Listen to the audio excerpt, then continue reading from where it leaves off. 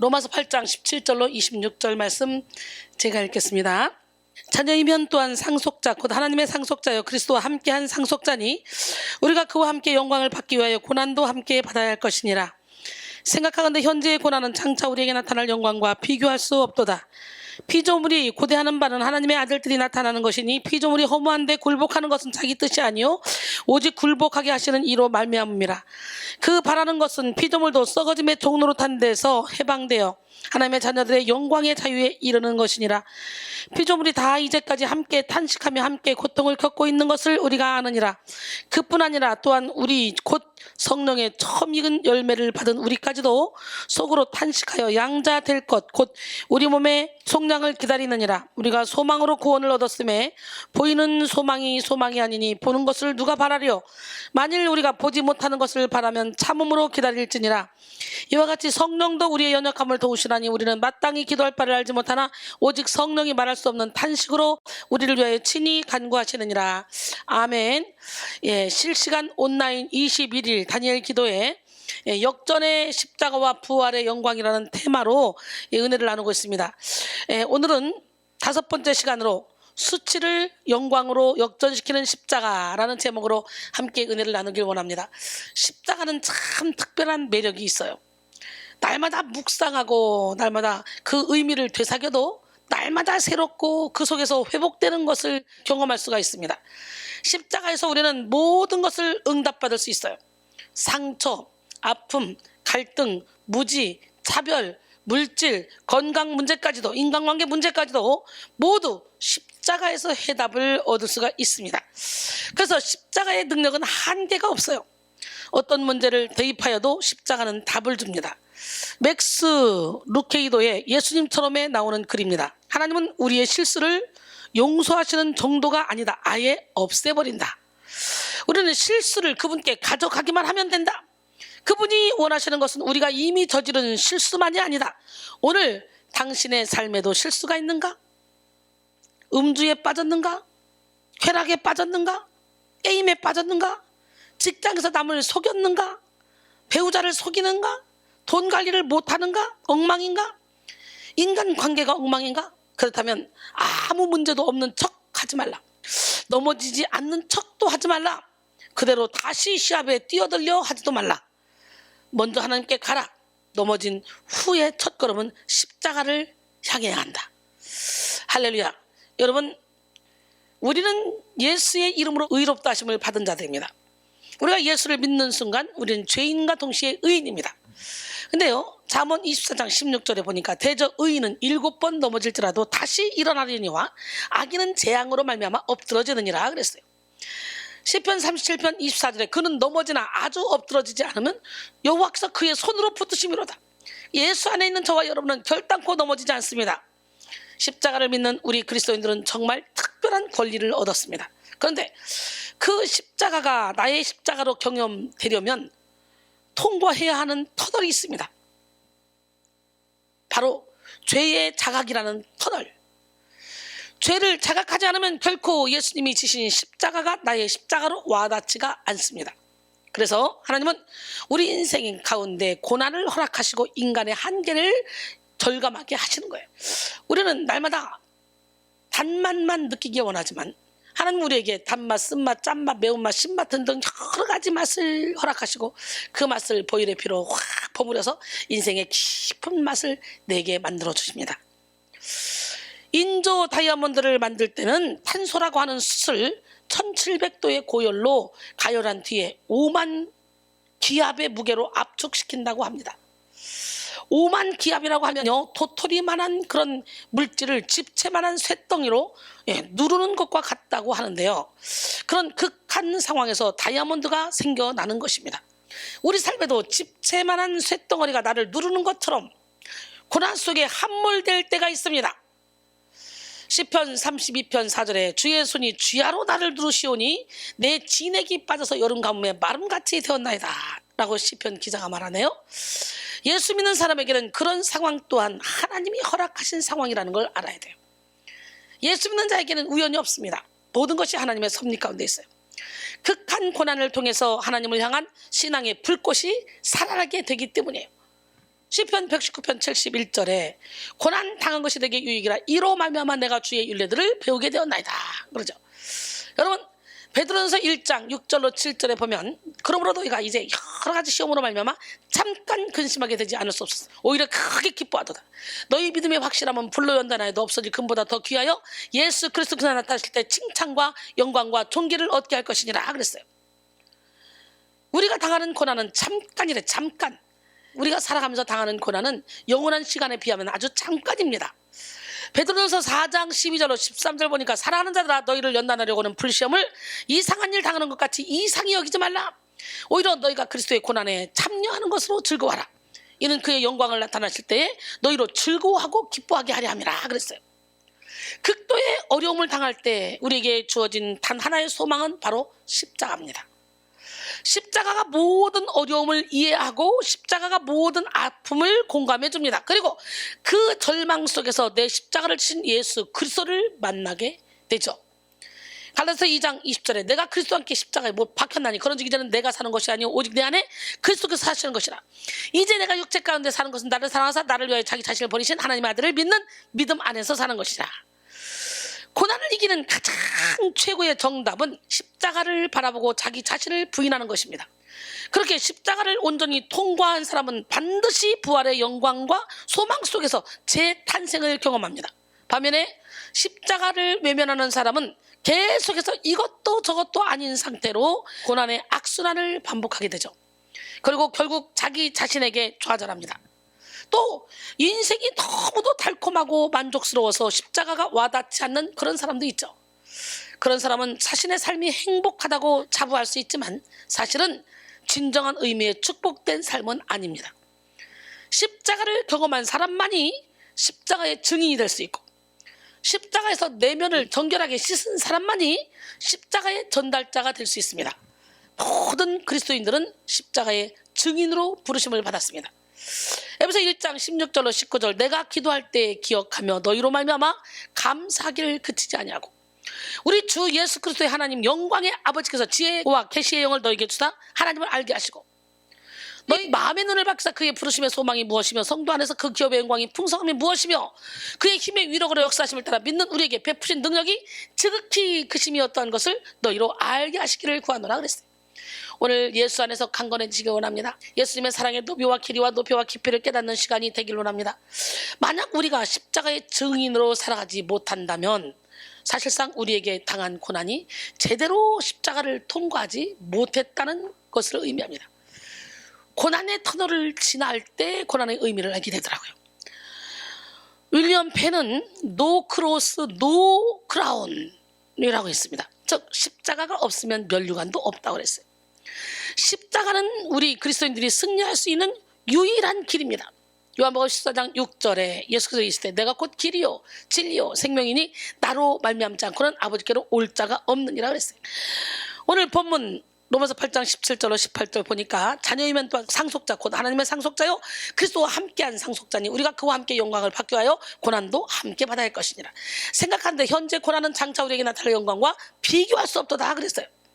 여러분 젊었을 때 고생은 사서 한다는 옛날 속담이 있죠. 그런 것처럼 우리가 고난을 당하면 처음에는 고난이 너무너무 어렵고 무섭고 두려운데 고난을 잘 통과하고 나면 정말 상상할 수 없는 그런 성취감이 느껴지면서 하나님이 주시는 놀라운 기쁨을 맛보게 됩니다. 그러다 보면 더 큰 고난이 닥쳐와도 그 고난을 뚫고 나갈 수 있는 힘이 생긴 거죠. 진짜 능력 있는 성도는 어떤 장애물도 뚫고 나갈 수 있는 성도입니다. 영적인 권세 있는 성도입니다. 오늘 고난을 유익으로 바꾸신 그 주님을 온몸으로 체험하기를 원합니다. 아주 구두쇠로 유명하여 이름을 날리는 한 가문이 있었습니다. 할아버지도 구두쇠, 아버지도 구두쇠, 손주도 구두쇠였어요. 숟가락 하나라도 다 대를 물려줬어요. 물려받아 쓰는 가정인데요. 할아버지가 이빨이 다 돼서 이제 음식을 제대로 먹을 수가 없었습니다. 할아버지가 구두쇠라 틀리하는 것이 아까워서 틀리를 안 하고 음식을 힘들게 그냥 우물우물 잡습니다. 그의 아들 역시 아버지에게 틀니를 해주는 것이 너무너무 아까웠어요. 구두쇠 손자가 보다 안 돼가지고 할아버지에게 용돈을 모아서 틀니를 해드렸습니다. 할아버지는 그 틀니를 하고 얼마나 기뻐하시는지 너무너무 기뻐했습니다. 동네방네 자랑을 했습니다. 우리 손주가 틀리해졌다고. 그런데 식사 때마다 할아버지는 끼고 계시던 틀니를 빼는 거예요. 식사 때마다 빼고 음식을 예전처럼 우물우물 씹어 잡수는 거예요. 하도 이상해서 손자가 물었습니다. 할아버지, 왜 틀니를 하지 않으시고 힘들게 식사를 하세요? 그러니까 이런 것도 못 잡수잖아요. 그때 할아버지가, 야, 이 자식아, 비싼 돈을 주고 맞춘 이빨인데 아꼈다가 네 아버지에게 물려줘야지 않겠냐? 예, 라고 했다고 합니다. 여러분, 자녀에게는 특권이 있어요. 그것은 바로 상속받을 권리입니다. 우리는 하나님의 자녀된 자들로서 예수 그리스도와 공동 상속자며 물려받을 유업을 가지고 있습니다. 그리고 우리는 부자입니다. 그러므로 우리는 예수 그리스도가 받은 영광과 하늘의 시민권을 상속받고 영원한 하늘의 시민권을 받고 살아갈 사람들이에요. 그런데 예수께서 부활과 영광을 그냥 받으신 것이 아닙니다. 예수님은 영광 받기 전에 고난을 겪어야만 했습니다. 몇 년 전 굉장한 흥행을 가지고 온 상속자들이라는 이 드라마가 있었죠. 대한민국 상위 1%에 속한 자들의 삶을 다룬 드라마로 부모의 삶을 상속받을 10대 청소년들의 이야기를 그린 드라마죠. 그 드라마의 포스터에는 이렇게 쓰여 있었습니다. 왕관을 쓰려는 자, 그 무게를 견뎌라. 이는 영국의 대문호 세익스피어가 권력에 집착하는 이 헨리 4세를 꼬집고자 그의 희곡에서 한 말이었습니다. 왕관을 쓴 자는 명예와 권력을 지녔지만 동시에 막중한 책임이 뒤따른다는 거죠. 오늘 본문 17절에 사도 바울은 우리가 하나님의 상속자로서 예수님과 함께 영광을 누리게 될 것인데 그 전에 예수님이 그러셨던 것처럼 고난 또한 함께 받아야 한다고 말하고 있습니다. 하나님이 우리에게 허락하실 영광을 얻게 하려는 섭리 때문인데요. 그 고난 가운데 십자가를 통과하여 하나님이 상속자들에게 주실 신령한 영광을 주신다는 것이죠. 이어지는 본문 18절에서 사용된 나타날로 번역된 단어 아포칼립테타이는 원형이 아포칼립토인데요.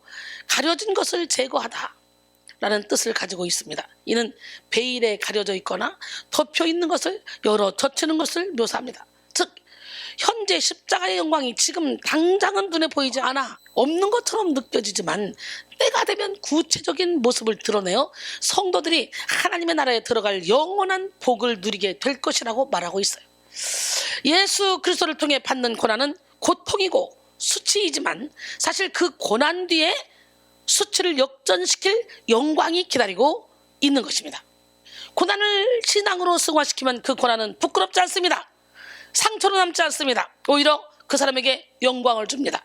한편 고난을 십자가로 역전시키지 못했을 때 우리에게 작용하는 가장 큰 부정적인 감정은 바로 수치심입니다.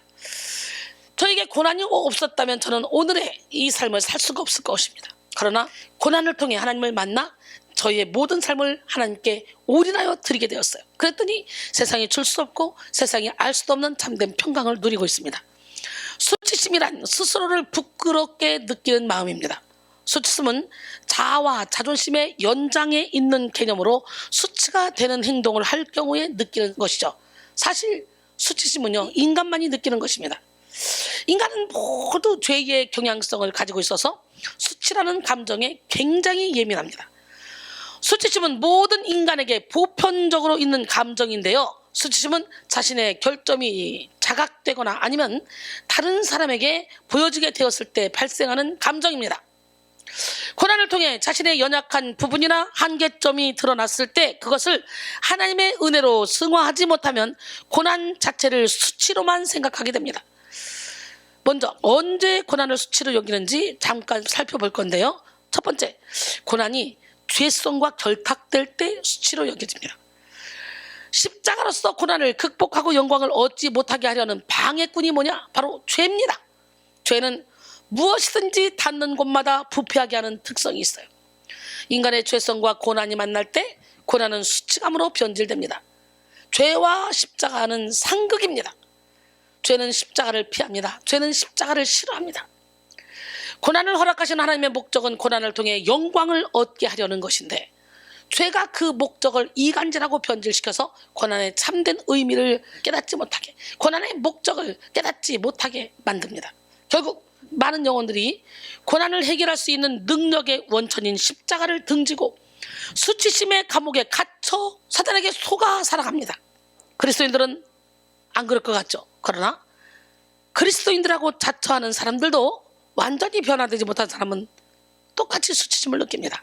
그리스도인들조차 십자가의 참된 능력을 경험하지 못하고 이해할 수 없는 일들이 일어날 때 자기식의 해석으로 소화해 보려고 몸부림을 치죠.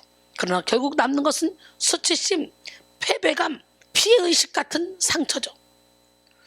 근데요 여러분, 베드로전서 2장 19절로 20절을 보면 부당하게 고난을 받아도 하나님을 생각함으로 슬픔을 참으면 이는 아름다우나 죄가 있어 매를 맞고 참으면 무슨 칭찬이 있으리요. 그러나 선을 행함으로 고난을 받고 참으면 이는 하나님 앞에 아름다우니라 그랬어요. 여러분 어때요? 내가 잘못해서 받는 고난도 억울한데 잘못하지 않았는데 애매하게 당하는 고난 여러분에게 있다고 생각해봐요. 뒤집어지겠죠. 그러나 여러분 부당하게 당하는 고난이라도 하나님을 생각함으로 슬픔을 참으래요. 그렇습니다. 하나님을 생각하고 십자가를 생각하는 사람은 아무리 부당한 경우를 만나도 그것을 해석할 수 있는 영적인 지혜가 임합니다. 근데요 내가 가진 어둠의 생각으로 해석하면 그런 지혜가 임하지 않습니다. 꼬리에 꼬리를 물어서 결국은 절망하게 되죠. 그리고 고난을 숨기고 싶어집니다. 내가 가진 어려움이 나의 발목을 붙잡을 것이라고 여기게 됩니다. 이것이 바로 죄가 가져다주는 생각이에요. 예레미야 29장 10절로 13절 보니까 우리 하나님이 이스라엘 백성들 유대민족을 바벨론의 포로로 보냈죠. 왜 보냈어요? 하도 말을 안 들으니까 70년 동안 포로를 보냈다가 다시 회개시켜서 붙잡아다 다시 축복을 주기 위함이에요. 일시적인 거예요. 여호와가 이와 같이 말씀하시니라. 바벨론에서 70년이 차면 내가 너희를 돌보고 나의 선한 말을 너희에게 성취하여 너희를 이곳으로 돌아오게 하리라. 여호와의 말씀이라. 너희를 향한 나의 생각을 내가 하나님 평안이요 재앙이 아니니라. 너희에게 미래와 희망을 주는 것이니라. 너희가 내게 부르짖으며 내게 와서 기도하면 내가 너희들의 기도를 들을 것이요 너희가 온 마음으로 나를 구하면 나를 찾을 것이요 나를 만나리라 그랬어요. 우리는 고난의 의미를 깨달아야 돼요. 너희를 향한 나의 생각은 재앙이 아니요 곧 평안이니 너희 장래에 소망을 주려 하는 생각이라. 하나님이 우리에게 주신 것은 두려워하는 마음 아니요 오직 능력과 사랑 절제하는 마음이니 두려워 말라 내가 너와 함께함이라 놀라지 말라 나는 내 하나님 됨이라 내가 너를 굳세게 하리라 참으로 너를 도와주리라 참으로 나의 의로운 오른손으로 너를 붙들리라 너희를 향한 나의 생각은 재앙이 아니요 곧 평안이니 너희 장래에 소망을 주려 하는 생각이라.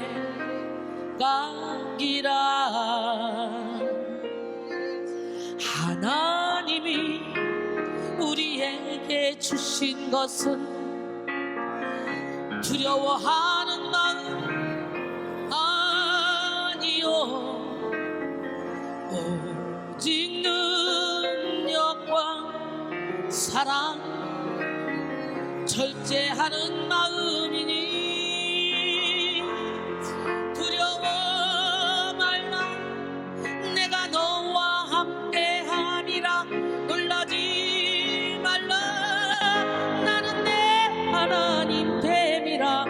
내가 너를 굳세게 하리라. 참으로 너를 도와주리라. 참으로 나의 의로운 오른손으로 너를 붙들리라.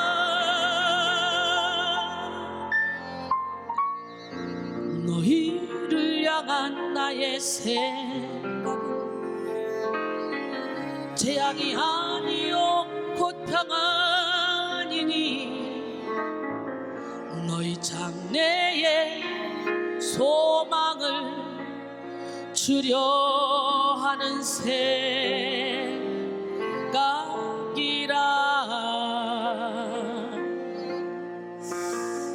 아멘.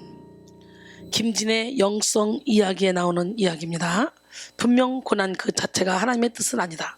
그러나 인간이 당하는 고통이 하나님이 원하시는 하나님의 뜻은 아니지만 그 고난은 하나님의 뜻이 있다. 그러므로 하나님을 원망하기 이전에 그 속에서 피어나는 고난의 뜻을 찾아야 한다. 그 뜻 중에 하나가 사랑의 완성이다. 고난은 우리를 참 사람으로, 참 사랑으로 태어나게 한다. 작은 것의 의미를 깨닫고 소중히 여기게 하고 현재 살아있음에 감사하게 한다 라고 했어요. 여러분, 고난은 우리에게 참 사람으로, 참 사랑으로 태어나게 한다는 거예요. 그렇게 고난을 유익으로 바꿔주시는 주님 앞에 하나님, 고난 당하기 전에 내가 깨닫게 하시고 깨닫지 못하면 고난을 당하게 해서라도 내가 깨닫게 도와주셔서 참 사람으로, 참 사랑의 사람으로 변화되게 도와주세요. 우린 그런 기도가 필요합니다. 고난과의 싸움은 사실상 죄와의 싸움에서 승리할 때 승산이 있는 거예요. 고난을 가져다주는 현상과 싸우는 것은 근본적인 해결을 가져오지 않습니다. 그 고난이 일어날 수밖에 없도록 이끌어간 죄가 무엇인지 그것을 잡아내어 십자가에 못 박아야 되는 거예요. 우리는 고난과의 싸움을 죄와의 정면 대결로 여기고 내 안에 아직도 해결되지 못한 죄와 피 흘리기까지 싸워야 합니다. 히브리서 12장 4절에 너희가 죄와 싸우되 아직 피 흘리기까지는 대항하지 아니하고 그랬어요. 불필요해 보이는 고난도, 어쩔 수 없이 흘러간 고난도, 그 모두는 우리가 은혜와 진리로 싸워야 될 싸움입니다. 인생의 주관자 되시는 하나님께서 허락하신 고난에는 분명히 메시지가 있어요. 고난의 의미가 있어요. 그 메시지는 십자가로 찾아내야만 합니다. 그것을 찾아낸 사람은 고난이 수치가 되지 않습니다. 예수님은 자신이 당한 고난을 수치로 여기지 않으셨어요. 저 역시 마찬가지로 고난을 수치로 여기잖아요. 그러니 내가 영적으로 고난당했던 것을 적나라하게 간증하잖아요. 베드로서 2장 22절 25절 보면 그는 죄를 범하지 아니하시고 그 입에 거짓도 없으시며 욕을 당하시되 맞대어 욕하지 아니하시고 고난을 이때 위협하지 아니하시고 오직 공의로 심판하시는 이에게 부탁하시며 친히 나무에 달려 그 몸으로 우리 죄를 담당하셨으니 이는 우리로 죄에 대하여 죽고 의에 대하여 살게 하려 하심이라. 그가 채찍에 맞음으로 너희는 나음을 얻었나니 너희가 전에는 양과 같이 길을 잃었더니 이제는 너희 영혼이 목자와 감독 되신 이에게 돌아왔느니라. 할렐루야. 마리 파워스는 수치심이라는 책에서 이런 말을 했습니다. 정당한 수치심, 건전한 수치심은 도리어 자신의 잘못을 뉘우치고 관계를 회복하는데 영혼의 신호등이 되지만 잘못된 수치심은 다른 사람뿐만 아니라 자기 자신과의 관계마저 깨뜨리는 감옥이 된다라고 했습니다. 그래서 건전한 수치심은 자신의 약함과 한계를 알게 하여 하나님 앞에 자신을 겸손하게 만듭니다.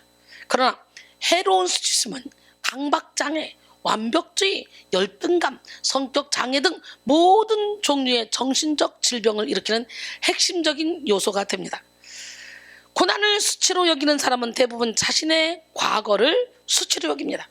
아무리 과거의 영향권에서 벗어나려고 해도 죄성으로 고난을 해석한 사람은 과거가 수치스럽기만 합니다.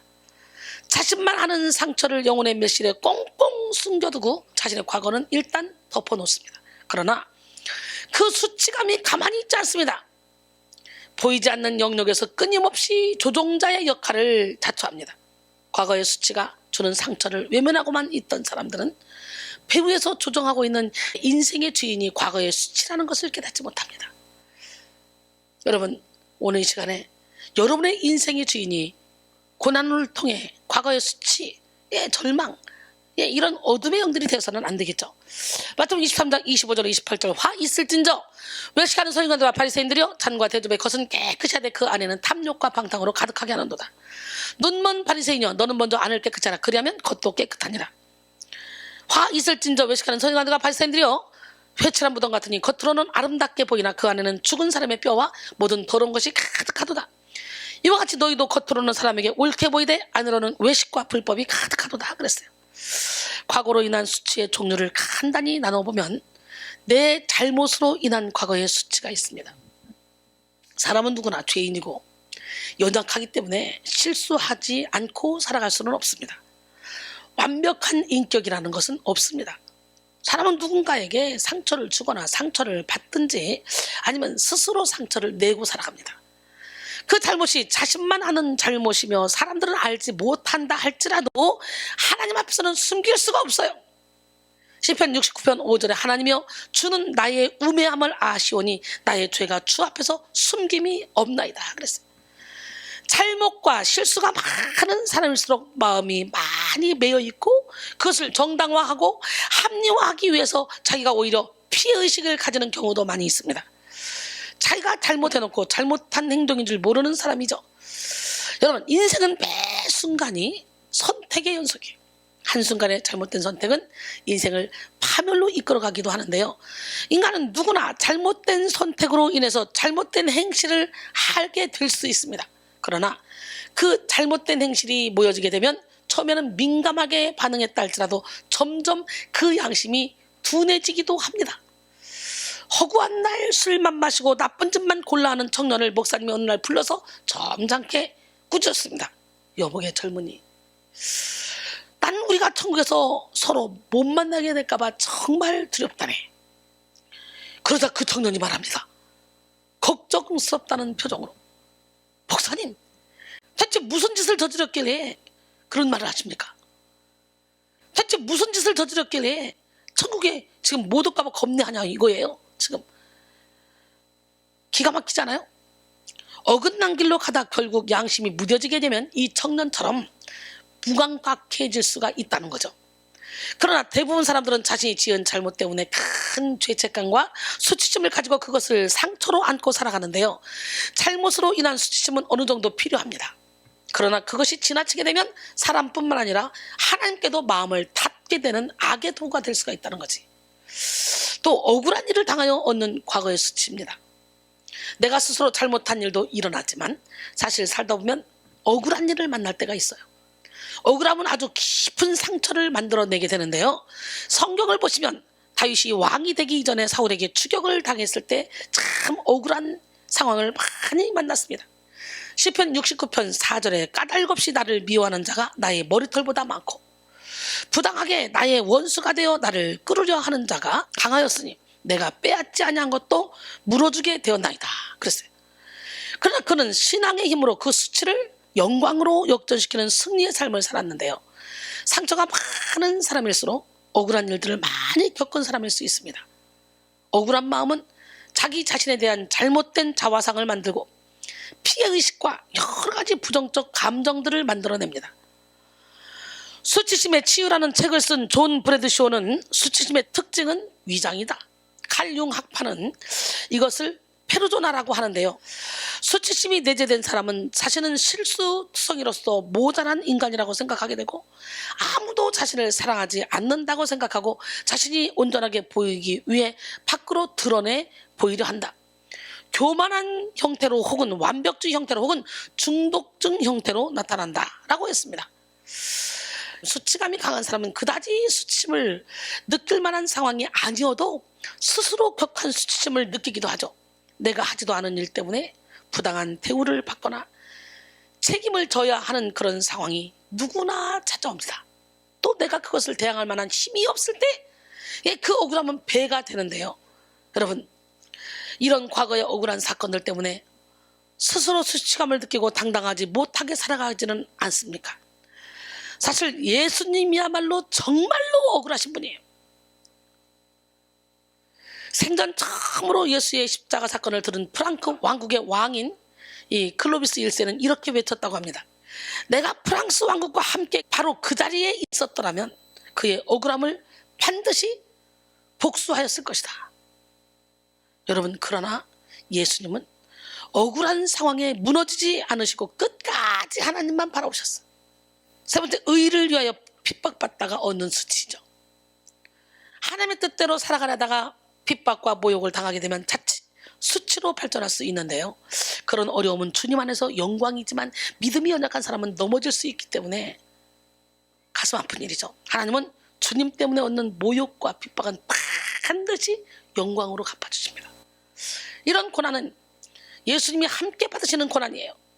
또 그리스도인이라면 누구라도 겪게 되는 영광스러운 고난입니다.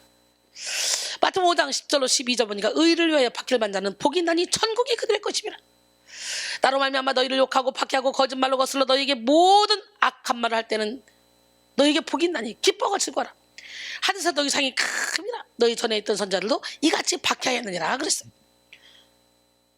논어에 보면 공자와 자공 간의 다음과 같은 대화가 있습니다. 자공이 질문했습니다. 마을 사람이 모두 좋아하는 사람은 어떻습니까? 공자가 대답합니다. 좋은 사람이라고 할 수 없다. 그렇다면 마을 사람 모두가 다 미워하는 사람은 어떻습니까? 공자가 또 대답합니다. 그 역시 좋은 사람이라고 할 수 없다. 마을에 좋은 사람이 좋아하고 마을에 좋지 않은 사람들이 미워하는 사람만 갖지 못하다. 그랬어요. 예수 믿는 사람은 마냥 좋은 사람이 되어서는 안 돼. 의에 대해서는 세상이 두려워하는 사람이 돼야 돼. 할렐루야. 여러분은 어떤 과거의 수치로 인해 고통스러운 삶을 살고 계십니까? 생각만 해도 얼굴이 붉어지며 수치스러운 일들이 있지 않습니까? 오늘 예수 이름으로 그걸 몰아내야 돼요. 내 삶을 수치라고 생각했던 모든 것은 죄성과 결탁하여 강한 수치심 또는 모욕감으로 우리 마음속 깊이 자리 잡은 것입니다. 수치라고 할 수 있는 상황이 종료되어야만 수치가 해결되는 것이 아니고 우리 마음속에 수치로 매여있는 이 죄성을 끊어내야만 수치로부터 자유해질 수가 있습니다. 그 다음에 고난을 타인의 시선으로 해석할 때 수치로 여겨집니다. 우리는 어려움을 당할 때 그 어려움을 나의 시선 또는 타인의 시선으로 해석할 것이 아니라 하나님의 시선으로 해석하는 훈련을 받아야 돼요. 우리가 타인의 시선을 많이 의식하는 이유는 타인에게 잘 보여야만 사랑받고 인정받을 수 있다는 생각을 가지고 있기 때문이죠. 사람은 누구나 자신의 마음에 들지 않는 자신의 모습을 감추고 싶어하는 죄된 본성을 가지고 있습니다. 그래서 타인에게 노출하고 싶은 모습만 보이고 본래 자신의 모습을 숨기죠. 그러다 보면 하루에도 몇 번씩 타인의 시선과 말에 따라 감정이 왔다 갔다 합니다. 그러나 주님은 심지가 견고한 자를 평강하고 평강한으로 지켜주신다 했어요. 우리는 오직 주님만 바라봐야 돼요. 예수님의 고난은 타인의 시선으로 보았을 때는요, 정말 수치스러운 것이었습니다. 아무도 예수님의 고난을 영광된 것으로, 구원의 발판으로 보지 않았습니다. 마찬가지로 우리가 당하는 고난도 그 안에 담긴 하나님의 뜻을 발견하지 못한 타인의 시선으로 해석하면 수치스러울 뿐입니다. 예수님은 만약에 타인의 시선을 의식했다면, 십자가를 수치로 여기셨다면 어떻게 그 영광을 이룰 수 있었겠습니까? 예수님은 전혀 남들의 시선으로서 자신의 삶을 해석하지 않았습니다. 우리도 하나님께서 각자에게 허락하신 삶의 특이성이 있습니다. 똑같은 삶의 모습은 아무도 없어요. 그런데 자꾸만 다른 사람의 삶 또는 다른 사람들의 시선을 의식하면서 내 삶을 설명하려고 하면 괴롭습니다. 하나님도 안타까워하십니다. 요한복음 4장에 보면요, 사마리아 우물가의 여인이 있죠. 그 우물가의 여인, 예수님을 만났을 때 사실 그녀는요, 수치스러운 과거를 지니고 있는 사람이에요. 그런데 예수님은 그녀의 마음속 깊이 숨겨둔 수치를 꺼내어 치료해 주시고 답을 주셨어요. 이렇게 우리가 겪는 고난의 문제는 하나님 앞에서만 제대로 풀어질 수가 있습니다. 타인의 시선을 의식하느라 내가 가지고 있는 조건과 형편이 부끄럽고 수치스럽게 느껴지십니까? 도피처는 오직 예수님의 십자가뿐입니다. 오늘 이 시간에 타인의 시선이 아닌 하나님의 눈으로 나를 바라보고 스스로 사랑할 수 있도록 기도해야 됩니다. 왜? 성경 자체가 하나님 사랑, 이웃 사랑이에요. 근데 이웃을 사랑하려면 어떻게 돼요? 나를 사랑해야 되겠지. 내 이웃을 내 몸처럼 사랑하라. 그러니까 나를 사랑할 수 있는 사람이 이웃도 사랑할 수 있는 거예요. 나만 사랑하는 건 죄입니다. 그러나 이웃을 사랑하기 위해서, 하나님의 명령을 지키기 위해서 나를 예수 안에서 존중하고 사랑하고 높은 자존감을 가지고 당당하게 살아가야 됩니다.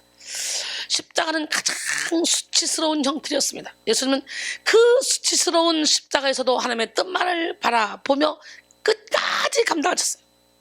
각자에게 허락하신 고난, 반드시 통과해야 될 십자가를 지나갈 때 사람들의 눈치를 보는 것이 아니라 오직 하나님의 뜻이 나를 통해 세워져 나갈 수 있도록 기도하시는 여러분 모두가 되시기를 바랍니다.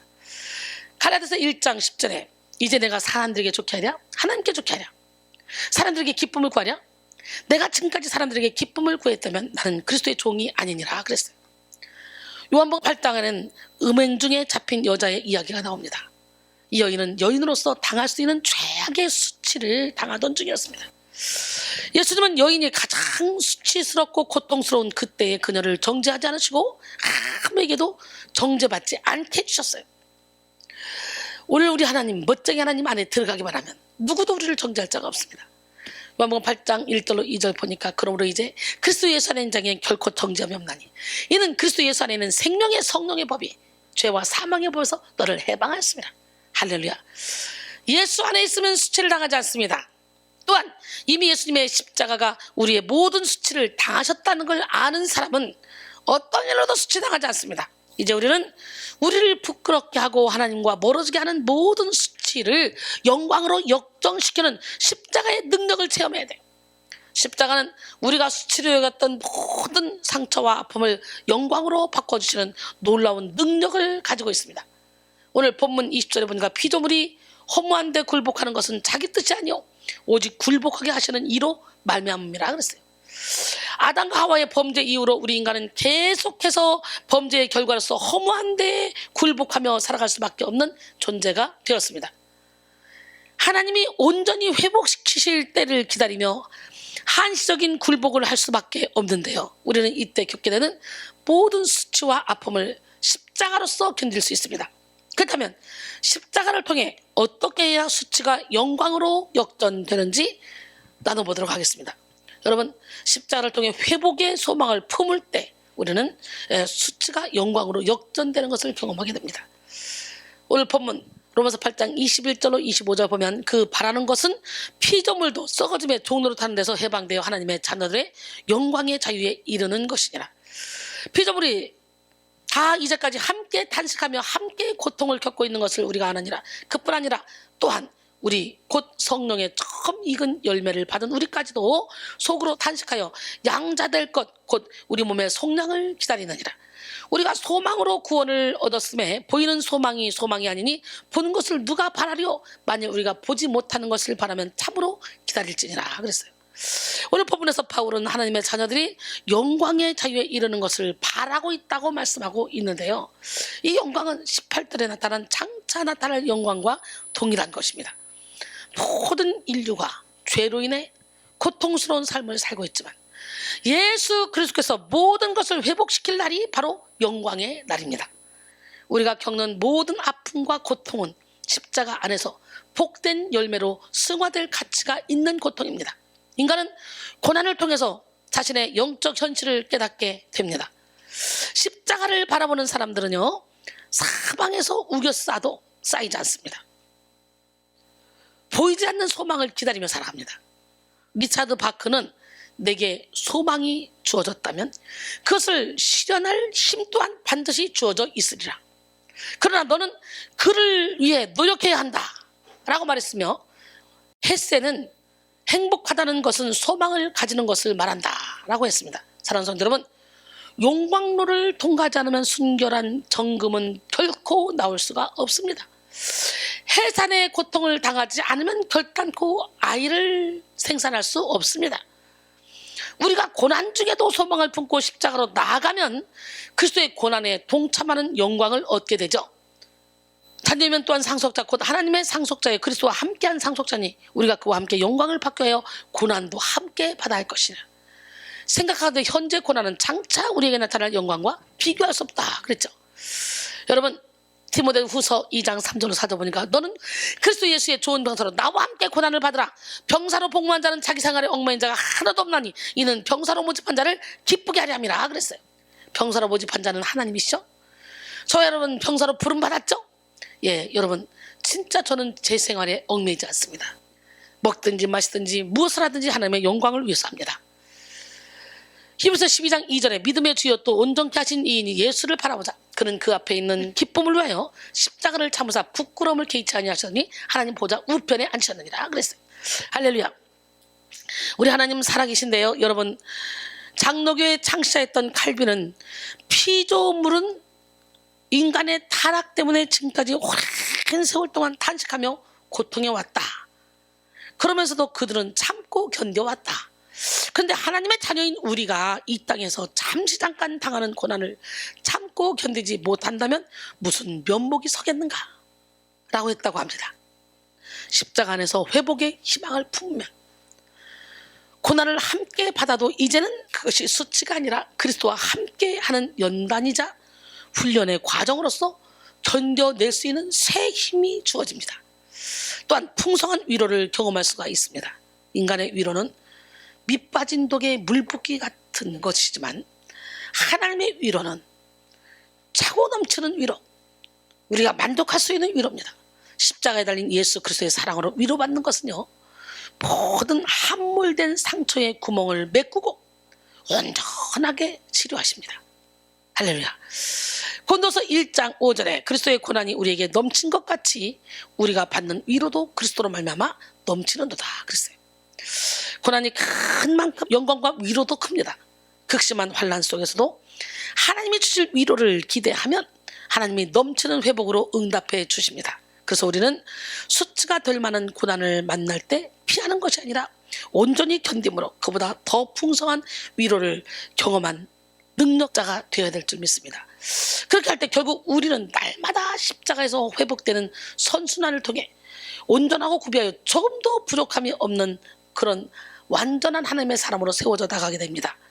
앞서 말씀드린 것처럼 죄는 고난을 수치로 여기게 만듭니다. 그러나 날마다 십자가를 통과한 사람은 그 고난이 조금도 부족함이 없는 그리스도의 사람으로 변화시켜줄 것을 믿습니다.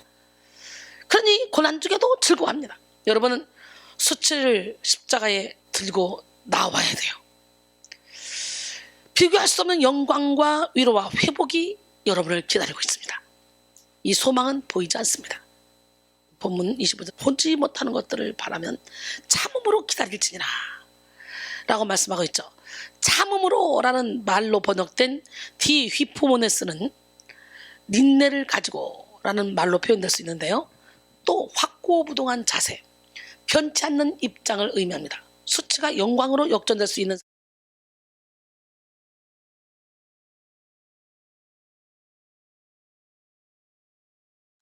낭만주의의 대표적인 화가 로제티가 그린 그림 중에 발견이라는 작품이 있습니다. 다리 위에서 어떤 남자가 추한 모습의 여인에게 사랑을 고백하는 그림인 이 작품에는 아름다운 스토리가 담겨져 있습니다.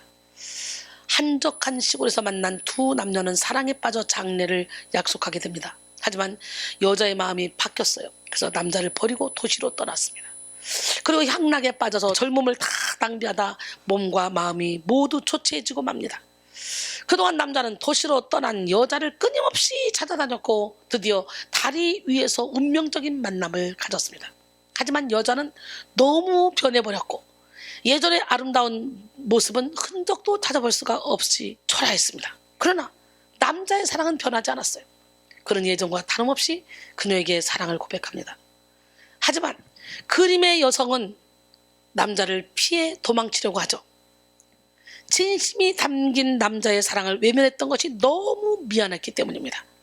여인을 향한 남자의 사랑은 변하지 않는 고귀한 것이었습니다. 그러나 이보다 더 고귀하고 이보다 더 영광스러운 것은 변치 않는 하나님의 사랑입니다. 할렐루야. 로마서 8장 26절에 이와 같이 성령도 우리의 연약함을 도우시라니 우리는 마땅히 기도할 바를 알지 못하나 오직 성령이 말할 수 없는 탄식으로 우리를 위하여 친히 간구하시느니라 그랬어요. 우리가 십자가로 더 가까이 나갈 수 있는 방법은 성령 하나님을 의지하는 것입니다. 자꾸만 고난을 수치로 여기게 하는 죄악을 바라보기보다 전능하신 성령님을 바라볼 때 성령님은 계속해서 우리를 십자가로 인도하십니다. 영원토록 응원해 주십니다. 영국의 해리 킬브라이드 목사는 성령의 사역에 대해서 4가지로 요약했습니다. 첫 번째, 주께서 우리에게 성령을 주신 것은 먼저 예수님이 현재 살아계심을 우리 마음속에 새기게 하려 하십니다. 두 번째, 성령은 우리가 세상에 그리스도를 증거하도록 권능을 부여하신다. 세 번째, 성령은 우리가 예수님의 몸을 위한 사역에 공헌하도록 하신다. 네 번째, 성령은 우리의 삶 속에서 그리스도의 성품을 갖도록 하신다 라고 했어요. 여러분, 본문 26절에서 연약함으로 번역된 아스테네이아는 육체적인 연약함뿐만 아니라 비겁한이라는 말로도 쓰입니다. 본질적으로 나약한 인간은 아무리 고난을 영광으로 역전시키는 삶을 살고 싶어도 그렇게 되지 않을 때가 많습니다. 그때 우리 안에 내주하시는 성령님이 우리를 도우십니다. 우리 스스로는 결코 수치를 영광으로 바꿀 수 없습니다. 전적으로 하나님의 도우심을 간구해야만 합니다. 도우시나니로 번역된 쉬난 틸람 바네타이는 함께 가담하여 열심히 돕다라는 의미를 가지고 있습니다. 성령님은 우리를 계속해서 십자가와 연합할 수 있도록 돕는 역할을 자처하십니다. 적극적으로 돕기를 원하시고, 우리가 십자가 안에서 회복될 것을 소망하기만 한다면 우리의 죄짐을 계속해서 십자가로 견인해 주십니다. 그렇게 아무리 어려운 시험과 환난과 실패를 만나 수치스럽다 할지라도 소망이 있는 거예요. 심지어 어떻게 해야 할지를 모를 정도로 혼란스러울 때도 성령님이 우리를 다시 한번 십자가로 인도하셔서 그 어려움이 영광이 될 수 있도록 끝까지 인도하시고 보호해 주십니다. 마땅히 빌 바를 알지 못하다. 이 말은 원어적으로 봤을 때요, 우리가 무엇을 어떻게 기도할 것인가 하고 혼란스러워하는 그 상태를 말합니다. 인간은 자신의 손으로 해결할 수 없는 고통을 마주했을 때 당장 어떻게 하는 것이 지혜로운 것인지 분간하기가 어렵습니다. 기도조차 어떻게 해야 할지 모릅니다. 성령님은 이런 우리의 한계와 연약함을 아시고 도와주신다는 거죠. 말할 수 없는 탄식이라는 말은 언어로 다 표현하기 어려울 정도로 애통하다라는 의미를 가지고 있어요. 우리는 영적으로 무지하고 나약하기 때문에 고난과 수치가 어떻게 영광으로 바뀌어질지 모르지만 성령님은 우리 안에서 민감하고 정확하게 분별하고 우리가 해야 할 간구를 주체적으로 이끌어 가십니다. 여러분, 그러기에 우리 인생의 운전대를 성령 하나님께 맡겨드려야 돼요. 우리 인생은 우리 것이 아닙니다. 성령님이 주체자가 되실 때 그분의 영광을 위하여 모든 약함을 강하게 하시고 모든 것을 합력하여 선이 되도록 만들어 주십니다. 고린도전서 3장 16절 17절, 너희는 너희가 하나님의 성전인 것과 하나님의 성령이 너희 안에 계시는 것을 알지 못하느냐? 누구든지 하나님의 성전을 더럽히면 하나님이 그 사람을 멸하시리라. 하나님의 성전은 거룩하니 너희도 그러하니라. 우리는 보통 사람 아니에요. 어깨 힘줘요. 나는 왕같은 제사장이다. 나는 거룩한 하나님의 나라다. 나는 하나님의 소유된 백성이다. 나는 하나님의 선전물이다. 여러분 하나님의 성령이 거하는 전입니다. 여러분의 마음에 있는 하나님의 성전을 깨끗하게 아름답게 가꾸시길 원합니다. 고린도전서 6장 19절로 20절, 너희 몸은 너희가 하나님께로부터 받은 바 너희 가운데 계신 성령의 전인 줄 알지 못하느냐? 너희는 너희 자신의 것이 아니라 값으로 산 것이 되었으니 그런즉 너희 몸으로 하나님께 영광을 돌리라 그랬어요. 선하신 주님의 도우심을 바라보는 자는 반드시 주님이 주실 영광된 삶을 맞이합니다. 시편 121편 1절 이하에 보니까 내가 산을 향하여 눈을 들리라. 나의 도움이 어디서 올까? 나의 도움은 천지를 지으신 여호와께서로다. 여호와께서 너를 실족하지 아니하게 하시며 너를 지키신 이가 졸지 아니하시리로다. 이스라엘을 지키시는 이는 졸지도 아니하시고 주무시도 아니하시리로다. 여호와는 너를 지키시는 이시라. 여호와께서 내 오른쪽에 내 그늘이 되시나니 낮에 해가 너를 상하지 아니하며 밤의 달도 너를 해치지 아니하리로다. 여호와께서 너를 지켜 모든 환난을 면하게 하시며 또 내 영혼을 지키시리로다. 여호와께서 너의 출입을 지금부터 영혼까지 지키시리로다. 아멘. 오늘 이 시간에 여러분 모두가 다 하나님이 우리를 지켜주신다고 믿으시고 주무시도 않고 졸지도 않는 하나님께 여러분의 인생의 운전대를 완전히 맡겨드리길 원합니다. 우리는 아무것도 할 수 없지만 우리와 함께 하시는 그 멋진 하나님은 능치 못함이 없습니다. 우리는 절대로 혼자가 아닙니다. 성령님이 수치로 인해 탄식하는 우리보다 더 탄식하시고 우리를 도와주시려고 기다리고 계십니다. 성령님이 우리를 뒤에서 밀어주시고 앞에서 끌어주시고 넘어지면 일으켜주시고 계십니다. 우리를 응원해 주십니다. 결론적으로 오늘 우리는 실시간 온라인 20일 다니엘 기도의 5번째 시간, 수치를 영광으로 역전시키는 십자가라는 제목으로 함께 은혜를 나눴습니다. 극도의 어려움을 당할 때 우리에게 주어진 단 하나의 소망은 십자가입니다. 십자가가 모든 어려움을 이해하고 십자가가 모든 아픔을 공감해 줍니다. 그런데 고난을 하나님의 은혜로 승화시키지 못하면 수치로만 생각하게 되죠. 언제 고난을 수치로 여기는지 우리가 잠깐 살펴봤는데요. 고난이 죄성과 결탁할 때 수치로 여겨집니다. 또한 고난을 타인의 시선으로 해석할 때 수치로 여겨집니다. 이어서 십자가로 어떻게 수치가 영광으로 역전되는지도 나눠봤죠. 십자가를 통해 회복의 소망을 품을 때 수치가 영광으로 역전됩니다. 성령님의 변치 않는 도움과 든든한 응원 속에 수치가 영광으로 역전됩니다. 여러분, 우리가 지금 겪고 있다고 생각하는 모든 수치를 날마다 십자가에 달리신 예수 그리스도께 맡기고 나갑시다. 하나님의 때에 가장 멋지게 영광된 삶으로 역전시켜 주실 것을 기대하는 여러분 모두가 되셔서 이 땅에서 천국을 이루고 많은 영혼을 주님께로 인도하는 축복의 통로가 되기를 주님의 이름으로 축원합니다. 예, 우리는 승리했습니다. 하나님은 지금도 불꽃 같은 눈동자로 우리를 지켜보고 계십니다. 여호와는 너를 지키시는 자.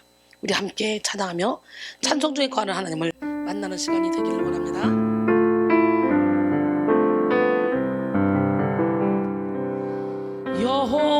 여호와는 너를 지키시는 자. 너의 우편에 그늘 되시니 낮의 해와 밤의 달도 너를 해치 못하리.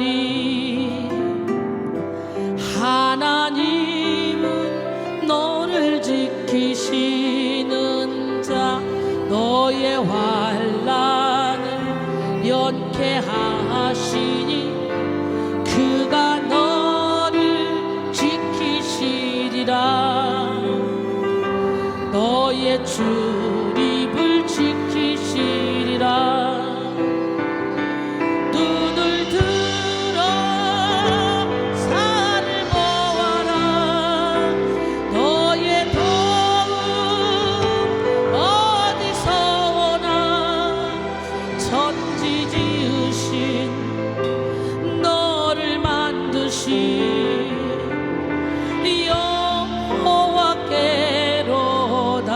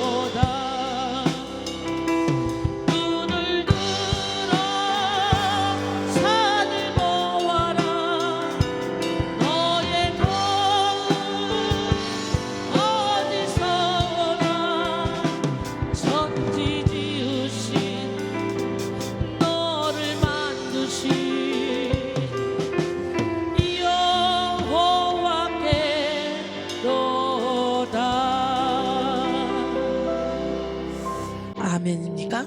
여러분, 지금도 주님은 말씀하셔요. 내가 너를 자지도 않고 너를 지켜줄 건데 지금 너는 내가 손 내밀고 있는데 내 손을 잡고 있냐? 아니면 외면하고 세상 손을 잡고 있냐?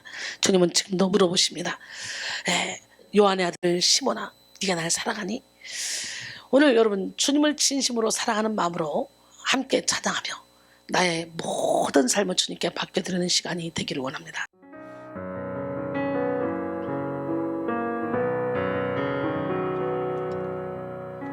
요한의 아들 시몬아, 내가 다른 사람들보다 나를 더 사랑하느냐 하고 주님이 물으셨네. 요한의 아들 시몬아, 내가 다른 사람들보다 나를 더 사랑하느냐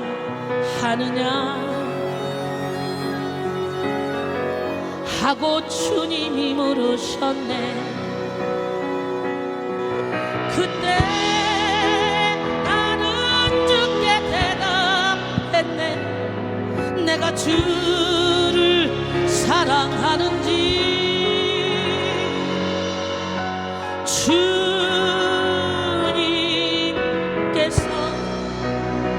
아십니다. 주님께서 내 마음 아시리. 요한의 아들 시몬아, 내가 다른 사람들보다 나를 더 사랑하느냐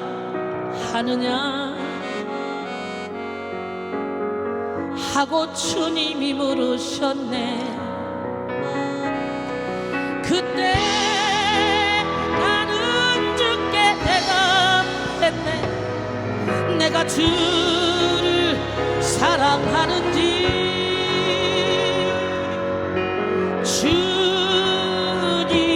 주님께서 아십니다.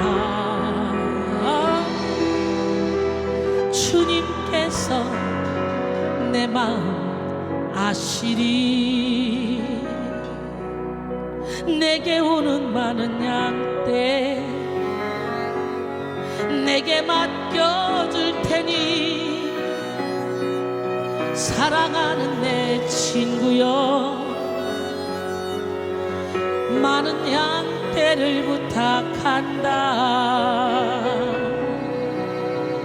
나의 모습 나의 소유 주님 앞에 모두 드립니다. 모든 아픔 모든 기쁨 내 모든 눈물 받아 주소서. 어제 일과 내일 일도 꿈과 희망 모두 드립니다. 모든 소망 모든 계획 내 손과 마음 받아 주소서. 나의 생명을 드리니 주 영광 위하여 사용하옵소서. 내가 사는 날 동안에 주를 찬양하며 기쁨의 제물 되리. 나를 받아주소서. 내 주의 은혜 강가로 저 십자가의 강가로 내 주의 사랑 있는 곳 내 주의 강가로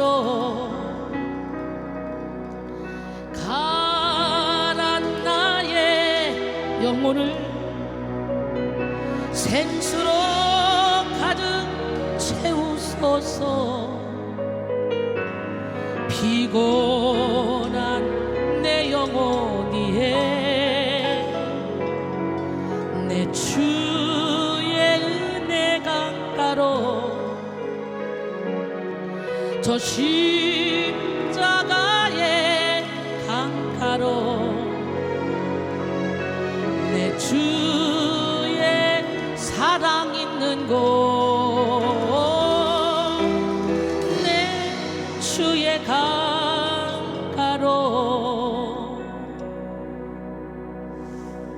여러분 모두가 주님의 은혜 강가로 가서 생수로 모든 죄악을 씻으시고 그리고 주님이 주는 참된 기쁨과 평안을 누리시기를 원합니다.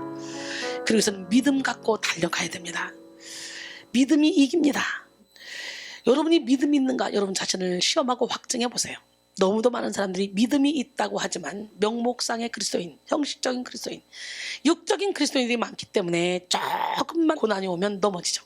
그러나 우리가 예수님께 우리 자신을 내어드리고 예수님이 당하신 고난을 함께 받으며 함께 고난의 길을 달려가면요, 현대에게 당하는 고난은 장차 받을 영광과 비교할 수 없고요, 우리 안에서 성령께서 탄식함으로 우리를 위해 친히 간구해 주시기 때문에 우리가 7번 넘어져도 다시 일어날 수 있습니다. 우리 함께 찬양합니다.